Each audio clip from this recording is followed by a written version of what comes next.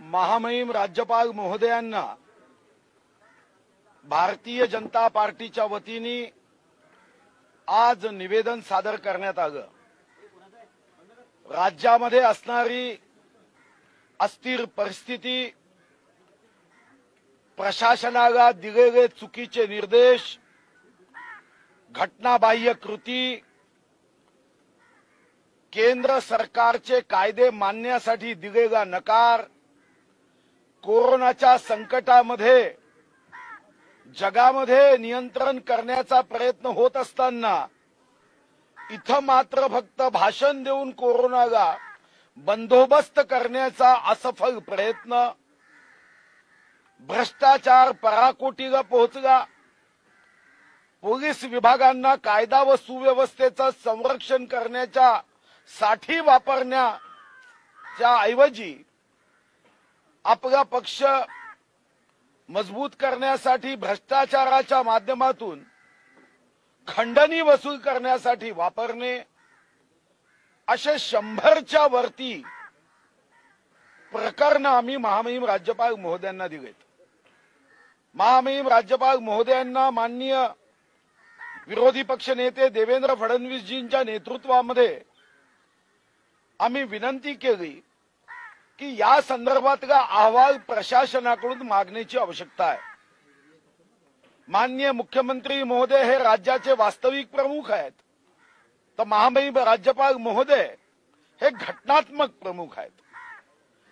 या घटनेच्या चौकटीत जर राज्य सरकार कृती करत नसेल, प्रशासन दबावात असेल, सत्तेचा आतंक मंत्रालय व प्रशासकीय अधिकाऱ्यांवर असेल, तर या दृष्टीने अहवाल घेण्याची आवश्यकता आहे।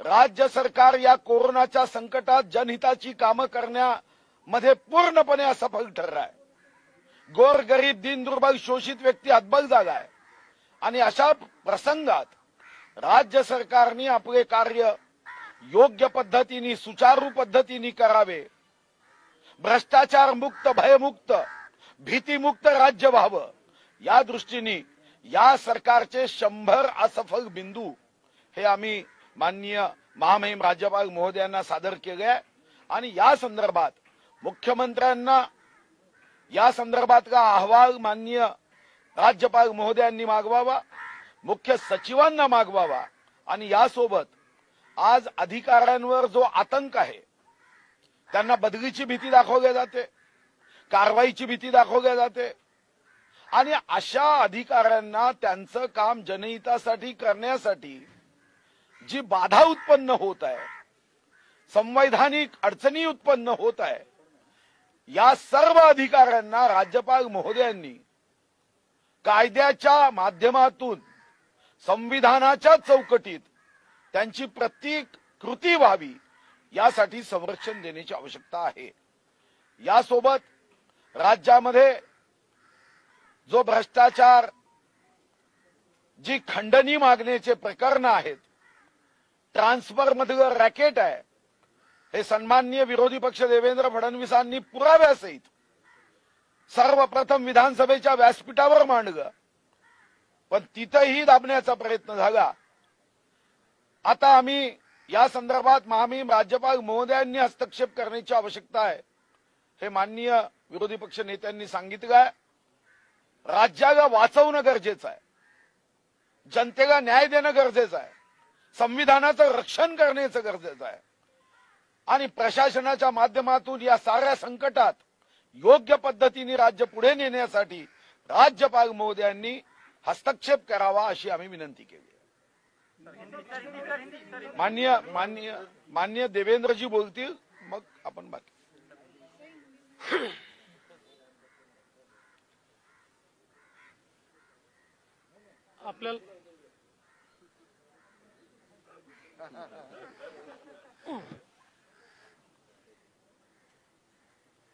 आपल्याला कल्पना आहे की ज्या प्रकारच्या घटना गेल्या काही दिवसात बाहेर येत आहेत हे अत्यंत चिंताजनक आहेत आणि याच्यामध्ये सर्वाधिक चिंताजनक गोष्ट काही असेल तर या घटनांवर मुख्यमंत्र्यांचं मौन. एक शब्द माननीय मुख्यमंत्री या संदर्भात बोलत नाहीयेत. सन्माननीय पवार साहेबांनी 2 प्रेस घेतल्या, पण दुर्दैवाने झालेला प्रकार पाठीमागे घालण्याचाच प्रयत्न त्यांनी केलाय. काँग्रेस पार्टी ही तर अस्तित्वहीन दिसतेय. या संपूर्ण प्रकरणात त्यांची भूमिकाच नाहीये. त्यांचे नेते दिल्लीत काहीतरी बोलतायत, इथे वेगळं बोलतायत.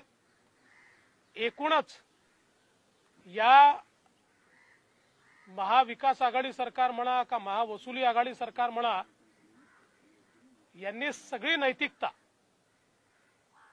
ही पूर्ण पायाखाली तुडवली आहे. केवळ सत्तेकरता या ठिकाणी हे सगळं काम चाललेलं आहे. त्याच्या पलीकडे काहीच नाहीये. आणि माझा तर काँग्रेसला सवाल आहे की काँग्रेसने सांगितलं पाहिजे त्यांना किती हिस्सा आणि वाटा मिळतोय. ज्या प्रकारचं त्यांचं मौन आहे, त्यांना वाटा आणि हिस्सा किती आहे हे देखील आता या ठिकाणी आम्हाला समजलं पाहिजे. आणि म्हणूनच आज राज्यपालांना आम्ही भेटून वेगवेगळ्या प्रकारच्या घटना दिलेल्या आहेत. आमची अपेक्षा आहे की मुख्यमंत्री जर बोलत नसतील तर संवैधानिक प्रमुख म्हणून माननीय राज्यपालांनी त्यांना बोलतं केलं पाहिजे. माननीय राज्यपालांनी त्यांच्याकडनं अहवाल घेतला पाहिजे. या खंडणीच्या घटनांचं काय त्यांनी कारवाई केली, जे रॅकेट बाहेर निघालेलं आहे त्या रॅकेटवर त्यांनी काय कारवाई केली, या सगळ्या गोष्टी या राज्यपालांनी त्यांच्याकडनं घ्याव्यात आणि हा अहवाल त्यांनी मागवावा. याकरता आज आम्ही भेटलोय. करता हूं भाई हिंदी.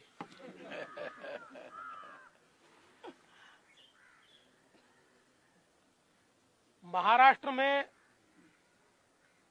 जिस प्रकार की घटनाएं हो रही है, चाहे पैसे की उगाही की घटना हो या ट्रांसफर्स का रैकेट हो, ये सारी घटनाएं दुखदाई है, आश्चर्यचकित और अचंभित करने वाली इस प्रकार की ये सारी घटनाएं महाराष्ट्र में हो रही है. किंतु इसमें सबसे आश्चर्य की बात अगर कोई है तो वो है मुख्यमंत्री जी का मौन. इतनी सारी घटनाएं होने के बावजूद महाराष्ट्र के मुख्यमंत्री जी ने उसके ऊपर एक बयान भी नहीं दिया. पवार साहब ने 2 प्रेस ली, किंतु जो मंत्री है उनको केवल बचाने का प्रयास पवार साहब ने किया.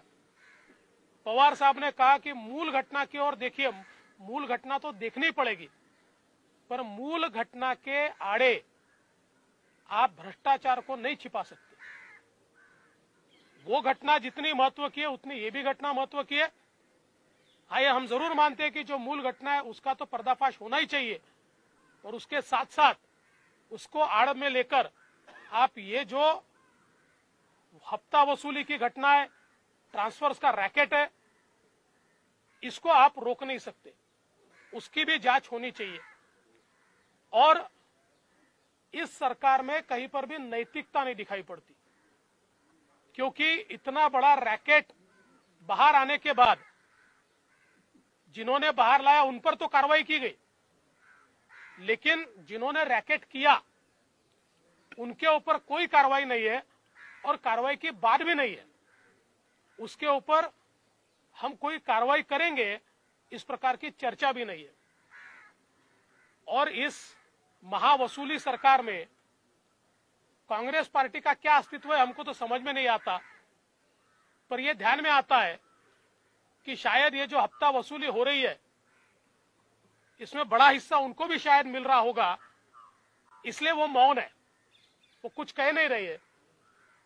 और इसलिए हम उनको भी पूछना चाहते हैं कि भाई आप भी बता दीजिए कि आपकी जितनी सत्ता में हिस्सेदारी क्या उतनी हत्या में हिस्सेदारी है? कुल मिलाकर इस सरकार ने पूरी तरीके से नैतिकता को छोड़ दिया है, लोकतंत्र को छोड़ दिया है और मनमानी हम सरकार चलाएंगे, हफ्ता भी वसूल करेंगे, ट्रांसफर का रैकेट भी करेंगे और ये सारी चीजें होते हुए कोरोना की ओर तो इस सरकार का ध्यान ही नहीं है। जिस प्रकार से कोरोना के केसेस महाराष्ट्र में बढ़ रही है, देश का एपिसेंटर कोरोना बना है और मैं समझ नहीं पाता कि महाराष्ट्र में इतना कोरोना क्यों बढ़ रहा है। सरकार इस पे क्या करती है? क्या सरकार ने इस पर उपाय किया है? मुझे लगता है ये भाषण देने की बात नहीं है, एक्ट करने की बात है। और इसलिए राज्यपाल जी को हमने ये कहा है, हमारे सुधीर भाऊ मुनगंटीवार जी ने 100 घटनाएं राज्यपाल जी के ध्यान में लाकर दी है कि जिसमें सरकार ने संवैधानिक जिम्मेवारी का पालन नहीं किया है। और राज्यपाल जी से हमने इतनी ही मांग की है कि चूंकि मुख्यमंत्री भी बोलते नहीं है, सरकार भी ठीक चल नहीं रही है, ऐसे समय कम से कम मुख्यमंत्री जी को आप इसके ऊपर रिपोर्ट मांगिए। राज्यपाल जी को अधिकार है कि आपने हफ्ता वसूली पर क्या एक्शन लिया, आपने ट्रांसफर रैकेट पर क्या एक्शन लिया, कोरोना के ऊपर आपने क्या एक्शन लिया, ये सारा रिपोर्ट ये मांगा जाए। इस प्रकार का निवेदन हमने माननीय राज्यपाल जी को दिया है। दिल्लीमध्ये जो अहवाल तुम्ही दिला होता त्या अहवालामध्ये काही दम नाही की भिजलेली लवंगी फटाका आहे अशा प्रकारची टीका संजय राऊत यांनी केली। राज्यपाल चूंकि बीजेपी के कार्यकर्ता हैं इसलिए काल जो अहवाल मी दिलेला आहे तो लवंगी फटाका आहे की ॲटम बॉम्ब आहे हे लवकरच लक्षात येईल। एवढे का घाबरले? जर तो लवंगी फटाका होता तर 25 ऑगस्ट पासनं तो दाबून का ठेवला? कोणाचे चेहरे बाहेर येणार होते? हा अहवाल बाहेर आल्यानंतर नेमके कोणाचे चेहरे बाहेर येणार होते, नेमके कोण याच्यामध्ये लिप्त आहेत आणि म्हणून त्यांना वाचवायला तुम्ही तो दाबून ठेवला, हा माझा प्रश्न आहे आणि म्हणून लवकरच यातलं सत्य बाहेर येणार।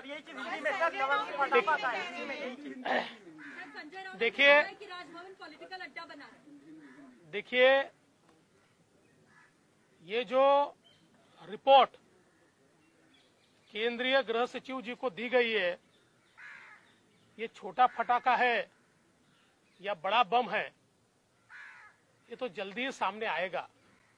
लेकिन जो कहते हैं कि ये छोटा सा फटाका है, मैं उनको पूछना चाहता हूं, अगर ये बहुत छोटी बात थी तो 25 अगस्त 2020 से आपने इसको छुपा कर क्यों रखा? वो कौन लोग हैं जिनके ऊपर इसके माध्यम से सीधी उंगलियां उठती है? वो कौन लोग हैं जो कन्वर्सेशन में आते हैं? वो कौन लोग हैं जिन तक माल पहुंचता है? वो कौन लोग हैं जो इसका कोऑर्डिनेशन करते हैं? ये सारी चीजें बाहर आएगी, इसीलिए तो आपने इसको छुपा कर रखा। अब ये केंद्रीय गृह मंत्रालय तक पहुंचा है, जल्दी ध्यान में आएगा इसके पीछे क्या है। जिस तरीके से संजय राउत ने कहा कि मुख्यमंत्री से मुलाकात के बजाय बीजेपी के लोग राज्यपाल के पास जाते हैं क्योंकि राज्यपाल बीजेपी के कार्यकर्ता हैं। देखिए, संजय राउत जी के पास बहुत टाइम है और आप लोगों को खबर नहीं होती तो आप उनके तक पहुंच जाते हैं। और वो कोई इतने बड़े नेता तो नहीं है कि उनके हर सवाल का मैं जवाब दूं। वो कोई इतने बड़े नेता नहीं है। राज्यपाल संवैधानिक प्रमुख है, हम उन तक जाते हैं। देखो ऐसा है ना, अगर हम चले जाए तो बीजेपी के नेता, और आप कमर से झुककर उनको जब प्रणाम करते तो किसके नेता होते? सर रश्मि शुक्ला बीजेपी की एजेंट भी इस तरह का आरोप लगा है। सर मुख्यमंत्री को इस पर बात करने की जरूरत ही नहीं है, क्यों जरूरत है इस विषय पे बात करने? देखिए, मुख्यमंत्री ये प्रमुख है, उन्होंने बातचीत करनी चाहिए, लेकिन वो जानते कि इस पर बात करना उनके लिए कठिन है और अगर इस पर वो बात करेंगे तो कहीं ना कहीं जांच करनी पड़ेगी, जांच के आदेश देने पड़ेंगे जो वो देना नहीं चाहते। अपनी सरकार को बचाने के लिए, हफ्ताखोरी को बचाने के लिए ये सारा मामला चल रहा है और इसलिए मुझे लगता है कि संजय राउत तो कोई अधिकृत व्यक्ति नहीं है, उनकी बात को, सरकार की बात तो नहीं माना जा सकता, वो कोई सरकारी थोड़ी है और इसलिए सरकार की ओर से कौन बोल रहा है, क्यों नहीं बोल रहा है? एजेंट है, इसका आरोप सरकार की तरफ से लगाया गया। सर, आप क्या कहेंगे? देखिए, कोई अधिकारी अगर सच कहे तो बीजेपी का एजेंट और हफ्ता वसूल करके दे तो क्या शिवसेना का एजेंट?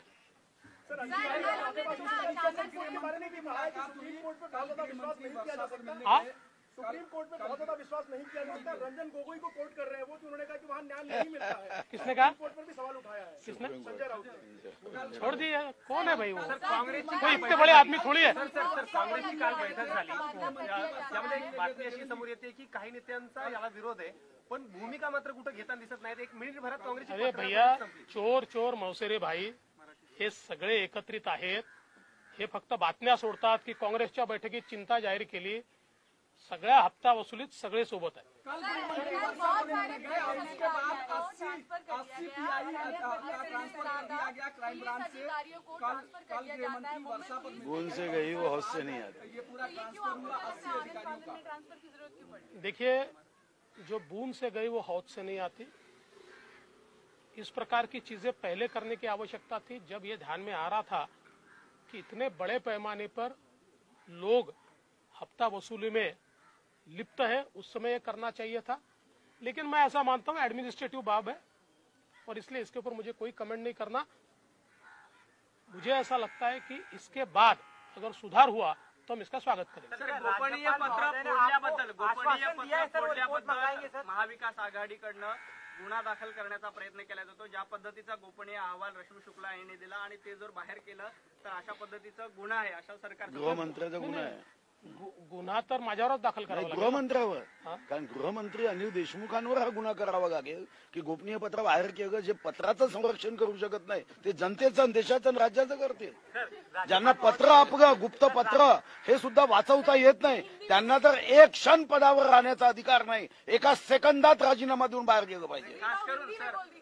खास करून रश्मी शुक्लांवर गुन्हा दाखल करण्याची मागणी केली। नाही, गुन्हा त्यांच्यावर दाखल काय, म्हणजे एखाद्या प्रामाणिक अधिकाऱ्यांनी सत्यस्थिती सांगणं हा गुन्हा होतो आणि तुमच्या फाईलमधून तो पत्र बाहेर जाणं, तुमच्या अधिकाऱ्यांच्या माध्यमातून, तुमच्या पीएच्या माध्यमातून, तुमच्या पीएसच्या माध्यमातून खंडणी घेणारे जे अधिकारी आहेत त्यांच्या हातून जर बाहेर गेलं तो गुन्हा कुणावर दाखल करता? हा गुन्हा तर गृहमंत्र्यावर दाखल केला पाहिजे। गृहमंत्र्यांना एक क्षण पदावर राहण्याचा अधिकार नाही। हे जगामधल्या अनेक पंतप्रधान, राष्ट्रपती भवनामधून जेव्हा अशा घटना झाल्या त्यांनी राजीनामे दिले, त्यांना आठवण पाहिजे असेल तर आम्ही पूर्ण इतिहास काढून देतो।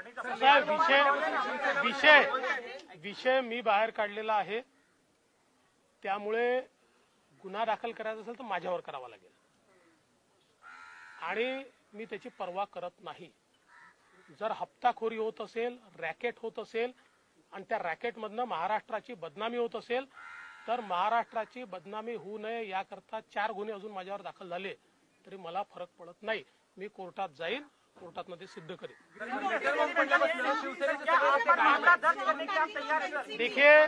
देखिए, कोई भी इस मामले में एफआईआर भी दर्ज हुआ तो मैं उसकी परवाह नहीं करता।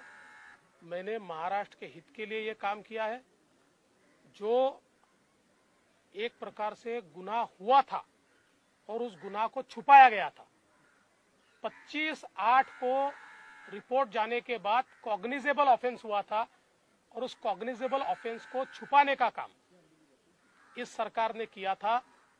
उसको अगर मैंने उजागर किया है और महाराष्ट्र की प्रतिष्ठा को बचाने का काम किया, ये अगर गुनाह है तो ऐसे 4 गुनाह मैं और करूंगा और मैं कैसे सही हूं ये मैं न्यायालय में जाकर बताऊंगा। लेटर बॉम्ब पडल्यापासून शिवसेनेचे सगळे नेते गायब आहेत, परत कुणीच भूमिका घेत नाहीये. गुन्हे उघडकीस यायल्यानंतर शिवसेना गायब झाली. There is a call on strong backing by NCP for Anil Deshmukh. So many days नहीं, देखिए इसमें बहुत स्पष्ट रूप से ये दिखता है कि ये तीनों जानते थे इस प्रकार की हफ्ताखोरी हो रही है। ये तीनों पार्टियों को पता है कि इसमें का सत्य बाहर आया तो तीनों का चेहरा खुला हो जाएगा, इसलिए वो उनको बैक कर रहे हैं। सर याला लागून हत्या प्रकरणावर सर मनसुख हत्या प्रकरण